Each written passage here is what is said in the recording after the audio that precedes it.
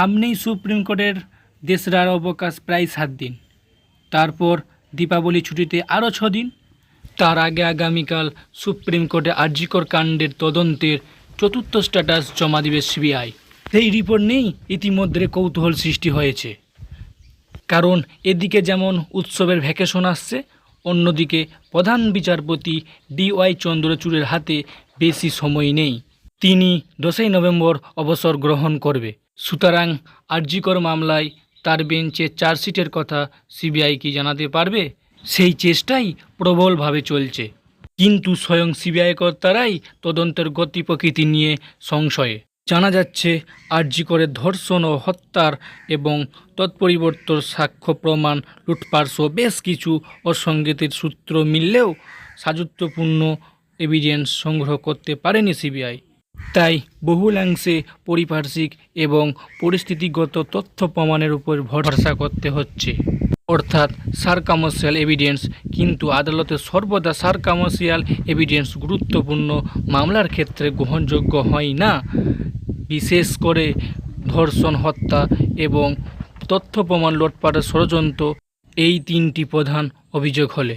CBI সূত্রে জানা যাচ্ছে উধাও হওয়া এবং বাজেয়াপ্ত করা বেশ কিছু মোবাইল ফোনের কল মেসেজ এবং হোয়াটসঅ্যাপ অ্যাপ মেসেজকে অন্যতম প্রমাণ তথ্য হিসাবে ধরে তদন্তের গতি প্রক্রিয়া চলছে।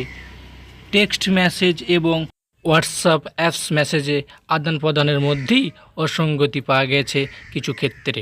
সিবিআই মনে করছে যে মোবাইল ফোনগুলি নিয়ে তদন্ত করা হচ্ছে সেইখানে মেসেজ মুছে ফেলা হয়েছে কিছু ক্ষেত্রে। নির্যাতিতার মোবাইল, সঞ্জয়ের মোবাইল, সন্দীপ ঘোষের মোবাইলের কল এবং মেসেজ ট্র্যাক করে সিবিআই ইতিমধ্যেই কিছু জিজ্ঞাসাবাদ করছে। তবে রাত 12টার পর কিছু মেসেজ আদান প্রদানের ভাষ্য সন্দেহজনক।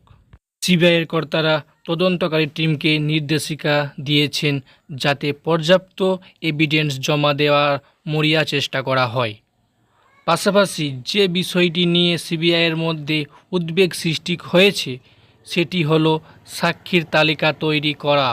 এক্ষেত্রে উদ্বেগের কারণ হলো আগামী শুনানির সময় সাক্ষীদের মধ্যে যদি কেউ জেরায় যা বলেছিলেন আদালতে বলতে রাজি না হন, তাহলে সেই দায় আসবে সিবিআইয়ের গায়ে। কারণ ইউটেনস হোস্টেলে যাওয়া সিবিআই কিংবা যে কোনো তদন্তকারী সংস্থার কাছে দীর্ঘ অভিজ্ঞতা। সেই কারণে সাক্ষীদের সংখ্যা বাড়াতে চায় সিবিআই।